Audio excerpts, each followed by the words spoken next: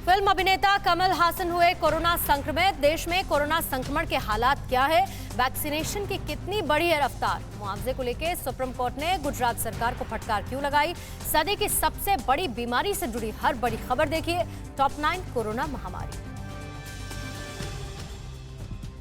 अभिनेता और राजनेता कमल हासन कोरोना संक्रमित हो गए हैं। वो अस्पताल में भर्ती हैं और उनकी सेहत स्थिर है। कमल हासन हाल ही में अमेरिका से लौटे हैं और खांसी की शिकायत के बाद जब उन्होंने जांच कराई तो कोरोना संक्रमण की पुष्टि हुई। कमल हासन ने ट्वीट कर फैंस को कोरोना संक्रमण की जानकारी दी। कमल हासन वैक्सीन भी लगवा चुके हैं।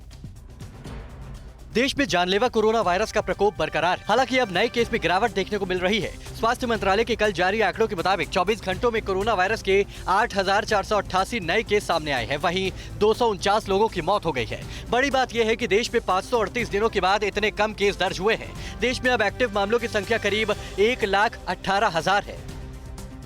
देश में अब तक कोरोना वैक्सीन की 117 करोड़ 68 लाख से ज्यादा डोज लगाई जा चुकी है। यूपी ने कोरोना के खिलाफ जारी वैक्सीनेशन अभियान में बड़ी कामयाबी हासिल की है।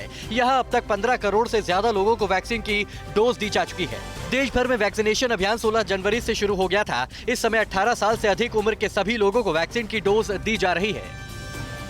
सुप्रीम कोर्ट ने कोरोना से हुई मौत पर मुआवजे को लेकर गुजरात सरकार को फटकार लगाई है। सुप्रीम कोर्ट गुजरात सरकार की स्क्रूटनी कमेटी बनाने पर नाराज है। उसने गुजरात और केंद्र से मृतकों का आंकड़ा मांगा है। इस मामले की अगली सुनवाई 29 नवंबर को होगी। सुप्रीम कोर्ट ने अपने 4 अक्टूबर के फैसले को कोविड पीड़ितों के परिजनों के लिए 50,000 रुपए की अनुग्रह राशि को मंजूरी दी थी।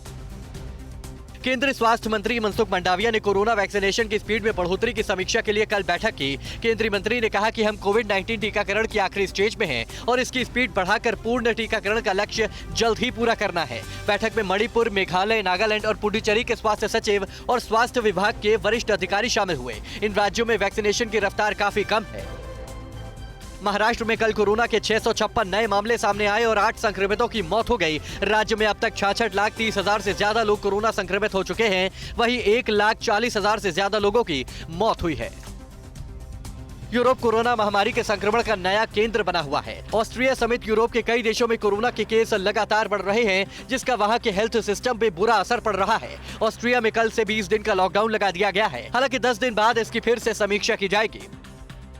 इजराइल ने अपने हेल्थ वर्कर्स के 5 से 11 साल के बच्चों का वैक्सीनेशन शुरू कर दिया है। ये कदम आज से बड़े पैमाने पर शुरू हो रहे वैक्सीनेशन अभियान से ठीक पहले उठाया गया। इजराइल ने गर्मियों में वैक्सीन का बूस्टर डोज देने का एक व्यापक अभियान भी चलाया था और ऐसा करने वाला वो पहला देश था। ऑस्ट्रेलिया में अगले हफ्ते महामारी प्रतिबंधों में और ढील मिल जाएगी। ऐसे में सरकार को उम्मीद है कि टीकाकरण पूरा कर चुके 2 लाख विदेशी छात्र और स्किल्ड वर्कर जल्द से जल्द देश लौट आएंगे और उन्हें क्वारंटीन रहने की जरूरत नहीं होगी। लंबे प्रतिबंध के बाद ऑस्ट्रेलियाई सरकार अब अपने देश की अर्थव्यवस्था को पटरी में लाने पर जुटी है। अड़ी सोमवार से शुक्रवार शाम 6 बजे सिर्फ TV9 भारतवर्ष पर।